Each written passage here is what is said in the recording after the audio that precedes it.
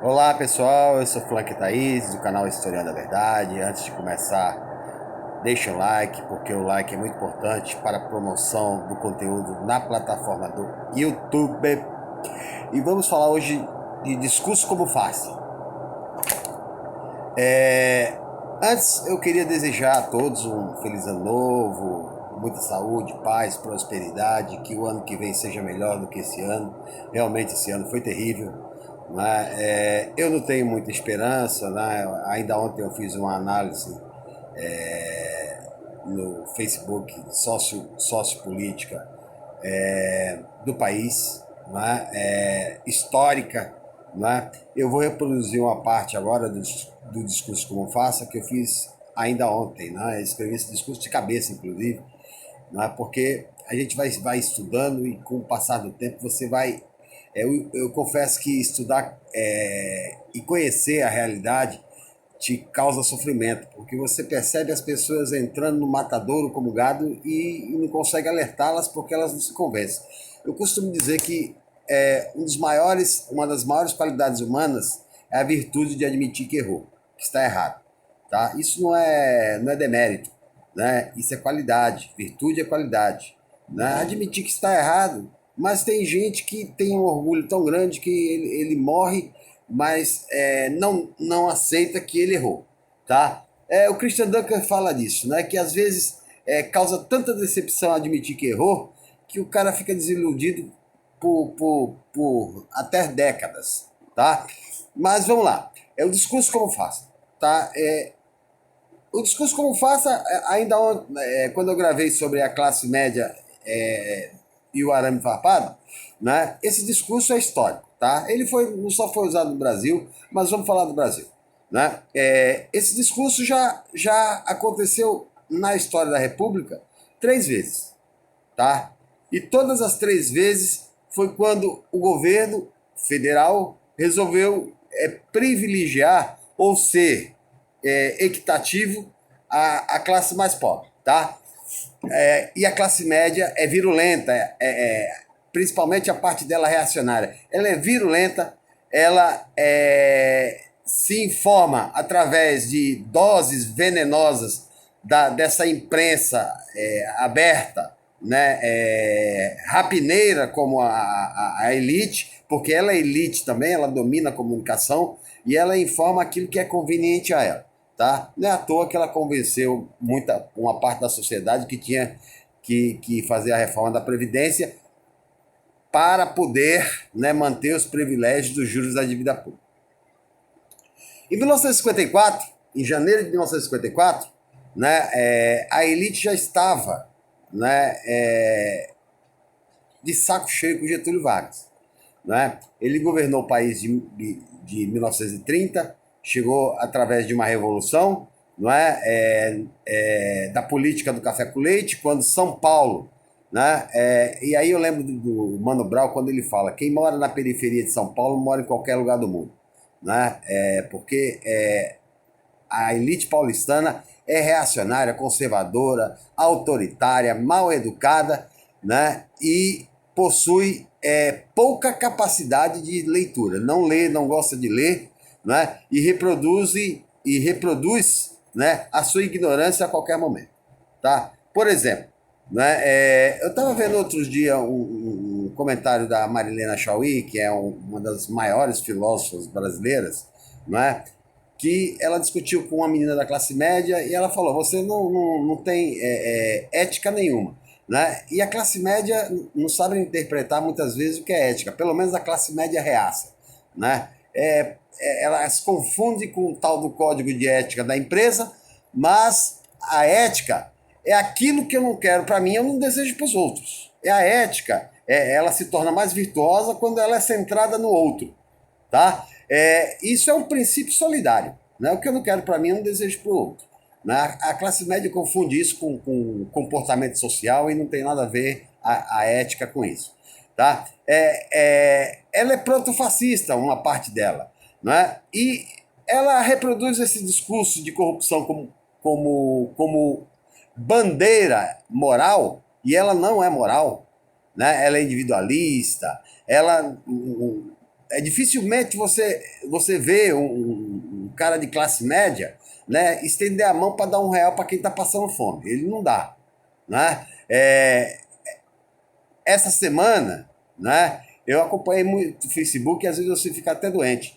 Né? Pobre, né, classe trabalhadora defendendo violência policial contra MTST. Né?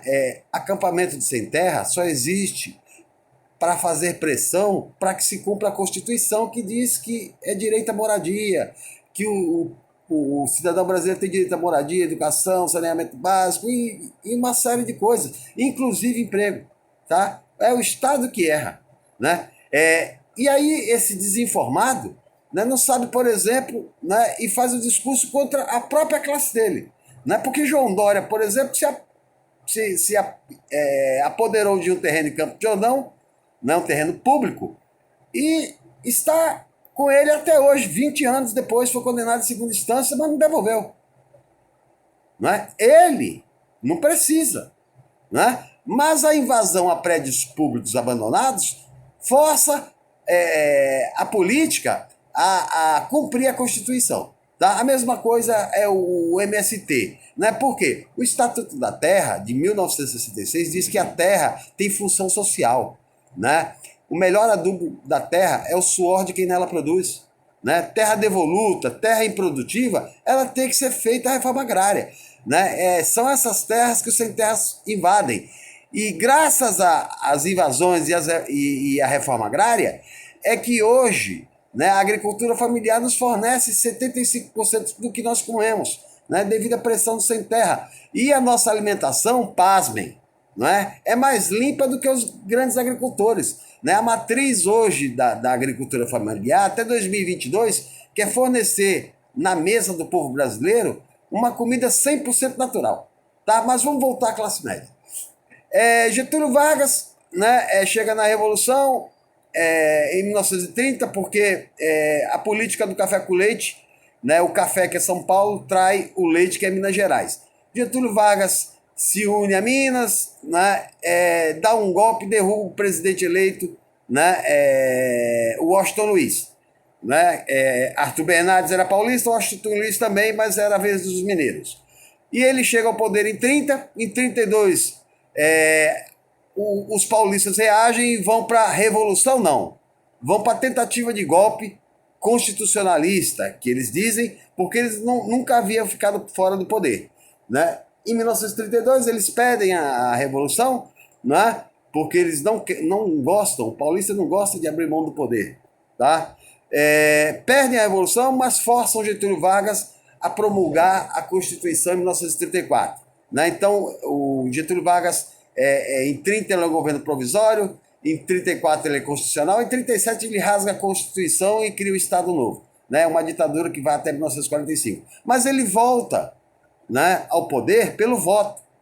Tá? Porque Getúlio Vargas ele criou a base industrial, né, brasileira. Getúlio Vargas criou a CLT, embora foi uma luta, né, dos comunistas, dos anarquistas no começo do século XX, né, pressionando o governo, que foi obrigado a criar o Ministério da Educação, né, saúde, uma série de coisas, jornada de 8 horas, uma série de conquistas veio das lutas sindicais dos comunistas e anarquistas.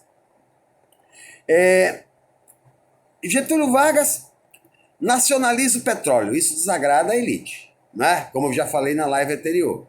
Né? Porque a gente tem que pensar o seguinte, né? Quando se fala de Estado mínimo, né? Quando você vende todo o seu patrimônio mineral, o Estado fica mais pobre no orçamento, mas a elite fica mais rica. Tá? E com a PEC, né, do fim do mundo, que congelou os gastos públicos por 20 anos, né, o Estado daqui a pouco não vai ter condições nem de pagar, né, a manutenção da escola pública e da saúde. Não é que eu acredito que, se continuar na toada do Paulo Guedes, isso vai se tornar não mais serviço público, e sim um direito financeiro. Quem tem dinheiro vai ter saúde. Quem tem dinheiro vai ter escola. Quem não tem, dane-se. Né? É assim que prega o neoliberalismo. Pois bem, Getúlio Vargas, em janeiro de 1954, ele dá um aumento de 100% do salário mínimo. Isso deixa a classe média irada, né?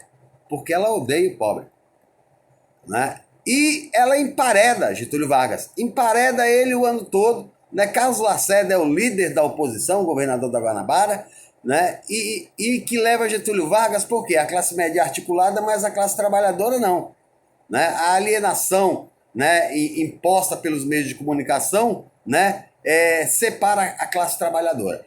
Eu vou gravar depois sobre o neoliberalismo, porque eu vou falar uma questão do empreendedorismo, né?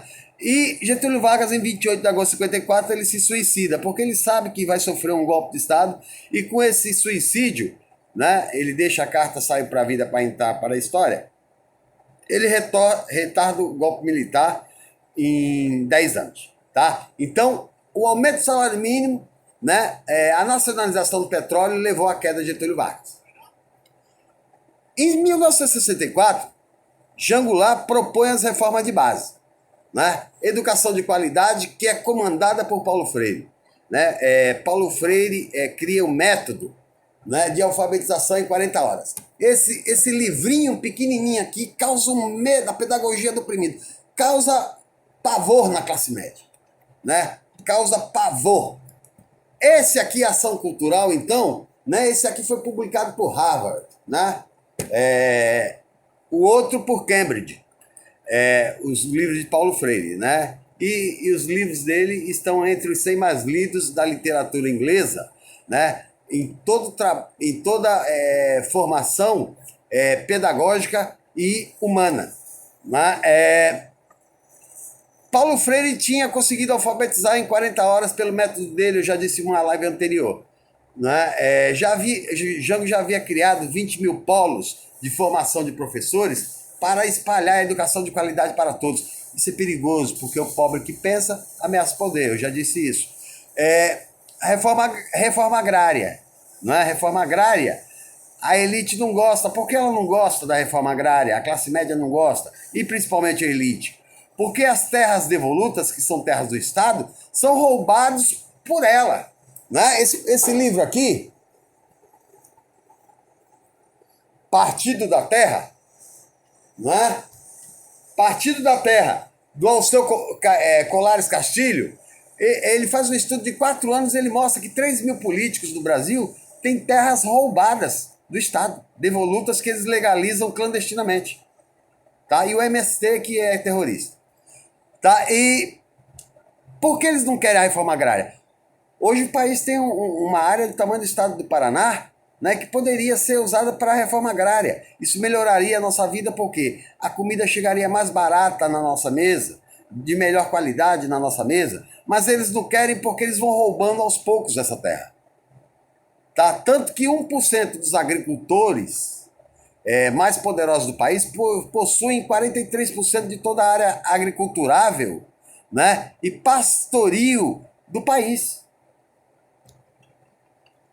Getúlio Vargas quer fazer, aliás, Jean Goulart quer fazer a reforma agrária, a reforma bancária também, né, reforma urbana, e ele anuncia no discurso da Central do Brasil em 15 de março. No dia 31 de março, né, pela pressão da classe média, com o discurso da corrupção, né, a farsa de novo. Foi em Getúlio Vargas e foi de novo em Jean Goulart, né, o combate à corrupção, né, por Deus, a família, né, a família aí de miliciano que hoje, né, tem gente matando filho, né, gente do bem que estupra, gente do bem que faz isso, faz aquilo, né, vai pressionar os militares, né, vai pedir a ditadura militar. E Jean Goulart, depois do discurso de 15 de março, ele vai ser deposto no dia 1º de março, 1º de abril, dia da mentira, né, através de uma junta militar. Tá? Vai ser instaurada a ditadura. Né? É de uma disfarçatez tão grande dizer que Paulo Freire é responsável por essa pobreza intelectual do brasileiro. Por quê? Paulo Freire foi exilado, ele não estava aqui. Né? A educação de 64 para até 1985 foi controlada pela ditadura. Em 64 nós tínhamos 39% de analfabetos. Em 85 nós tínhamos 34%. A ditadura não se preocupou muito com isso. Né? Fora a repressão, né, imposta pela ditadura, né? Os pensamentos são tão medíocres, né? Você viu o presidente hoje falando que, né, pedir para as mães, né, cortarem o cabelo dos meninos que estão em escola militar. O que tem a ver cabelo com massa cognitiva? Né? O que tem a ver um brinco, um cabelo? Cabelo é pele morta. O importante é o cérebro. Né? Cabelo, cada um usa o que gosta. Né? Vai pedir para cortar cabelo por quê? Né? São esses discursos, né, sofismáticos que são abomináveis. Tá?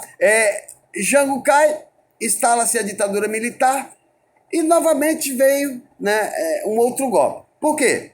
Toda vez que um governo que assume a república, né, volta-se para, né, a classe trabalhadora, ele cai. Porque a classe média tem um pavor de se tornar proletária. E tem um pavor da ascensão social do pobre também. Então eles usam somente esses discursos que eles têm de corrupção. Por quê? Será que alguém sã consciência votaria em Jair Bolsonaro, né, com o que ele está fazendo hoje, se ele propôs na TV? Claro que não. Não é? Então, usa-se o discurso como faça, articula-se, né, um judiciário que é da classe média também, por isso que Karl Marx é contra o Estado, porque o Estado é burguês, né, é classe média, né, eles defendem os próprios anéis, né, eles estão pouco preocupados com corrupção. Né? Eu não sei se eu falei, mas a Lava Jato recuperou em 5 anos R$ 1 bilhão. Né? Nos mesmos 5 anos, né, houve uma sonegação de 520 bilhões de reais, né, de impostos. E a Lava Jato não viu. Então eles não estão preocupados. Eles estavam preocupados porque o governo de esquerda já estava aí há 15 anos e estava dando certo. Né? O PSDB, que foi o partido coxinha que entrou antes do PT, ficou 8 anos. Né? O príncipe Fernando Henrique jamais aceitou que o Lula conseguisse eleger Dilma Rousseff e o PT caminhava para 16 e a volta do Lula para 22 e uma reeleição 24 e não parava mais. Por quê? Melhorando a qualidade de vida, o salário mínimo teve um aumento de 70%, né, de ganho real. Então, dificilmente iriam se tirar o governo de esquerda no poder. Então é necessário se dar um golpe com o discurso da corrupção, que é um discurso farsante, porque a classe média não foi na rua quando Michel Temer foi acusado de lavagem de dinheiro e formação de quadrilha. O Sérgio Moro não vazou, né, as conversas de Moreira Franco, o Angorá, né, e do outro ministro Eliseu Padilha, né, os dois acusados de corrupção que assumiram o ministério para ter foro privilegiado. Vazou o do Lula. Né? E mesmo assim, né, as partes convenientes. Por quê? Para poder derrubar o governo. Né? Mas a missão só se cumpriria quando covardemente prenderam um presidente sem provas. Né? Agora tem provas contra Flávio Bolsonaro. Quando é que ele vai depor? Talvez no dia de São Nunca Tarde. Por quê? É a reprodução de privilégios. Né? Veja o que nós sofremos de ataque desde Michel Temer para cá. Né? Joseph Safra, que hoje é o homem mais rico do Brasil, em 2016 ele tinha um patrimônio avaliado, né, em 12 bilhões de dólares. Hoje ele já tem 25 bilhões. E a crise? O pobre ficou mais pobre, mas os caras estão concentrando renda. Né? Agora o presidente já mostra que é direita, fascista, né, e propôs agora imposto, né, nas férias do 13º, mas não põe imposto, né, no rentismo. Né? O rentismo não é taxado. Né? O recebimento de juros da dívida não é taxado. Não existe imposto sobre herança no Brasil, é 4%, nos Estados Unidos é 50%. Né? Ou vocês acham que Bill Gates, que Mark Zuckerberg, que esses caras deixam o patrimônio para a filantropia de graça? Não, eles deixam porque se não deixar o governo leva. Aqui é 4%. Não taxa as grandes fortunas, né? Não taxa o rentismo, mas o trabalhador paga a conta. Né? Então essa classe média não tem nada de moralista. Né? Na verdade, ela quer manter os seus privilégios. e reproduzir para a sua família seus privilégios. Né? O que é meritocracia? Né? A meritocracia da classe média é o juiz formar o filho juiz, o médico formar filho médico, o advogado formar filho advogado. Isso é meritocracia. Né? Eu vou voltar para falar na próxima gravação qual é as consequências do Estado mínimo. Né? O Estado mínimo nada mais é do que o Estado grande, com a diferença que é a elite que comanda e presta um péssimo serviço e fica muito rica com isso. Até a próxima, um feliz ano novo para todos, saúde, paz no coração, felicidades e que o ano que vem seja melhor para nós. Até a próxima.